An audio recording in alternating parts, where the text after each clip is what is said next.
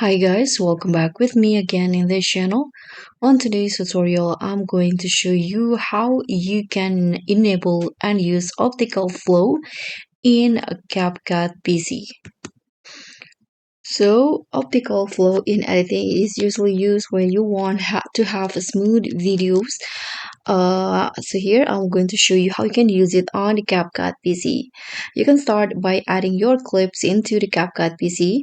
So there are two optical flow on CapCut. The one in the smooth slow-mo and the other one is under the video basic settings. So here if you want to find it, you can just scroll down until the basic in here, and there will be this options optical flow. So just enabling this by clicking on this checkbox. Change frame rate for this project. So this optical flow will allow you to change the frame rate of your videos to you can just tap on change,